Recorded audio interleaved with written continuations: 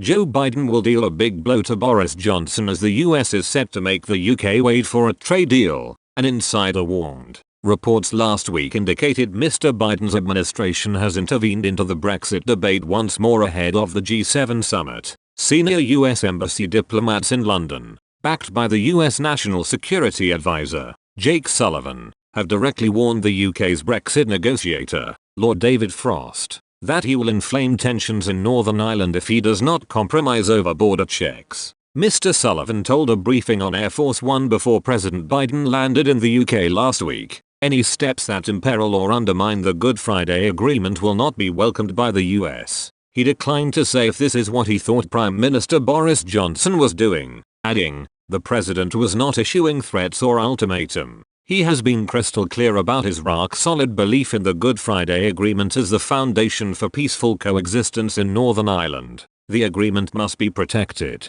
This comes after President Biden has already warned peace in Ireland must not become a casualty of Brexit, as Mr. Johnson looks to reaffirm the special relationship between London and Washington. An insider believes the UK will be dealt a blow. One former senior British diplomat told Politico in December it would be quite a big blow for the UK if a trade deal can't be secured quickly. Dr. Nigel Bowles, a US politics expert at the University of Oxford, told Daily Express last year that painful concessions would have to be made on the UK side for a US trade deal. He said, I think that the EU and US have all the cards. All the leverage is with them. Boris Johnson has already got an agreement from 2019 with the EU, and they will hold him to it and the US will hold them to it. Whether Trump or Biden is president, the House of Representatives won't pass a trade deal with the UK if the EU-UK understanding is overridden. I think there is a trade deal to be struck, but there will have to be painful trade-offs on environmental standards,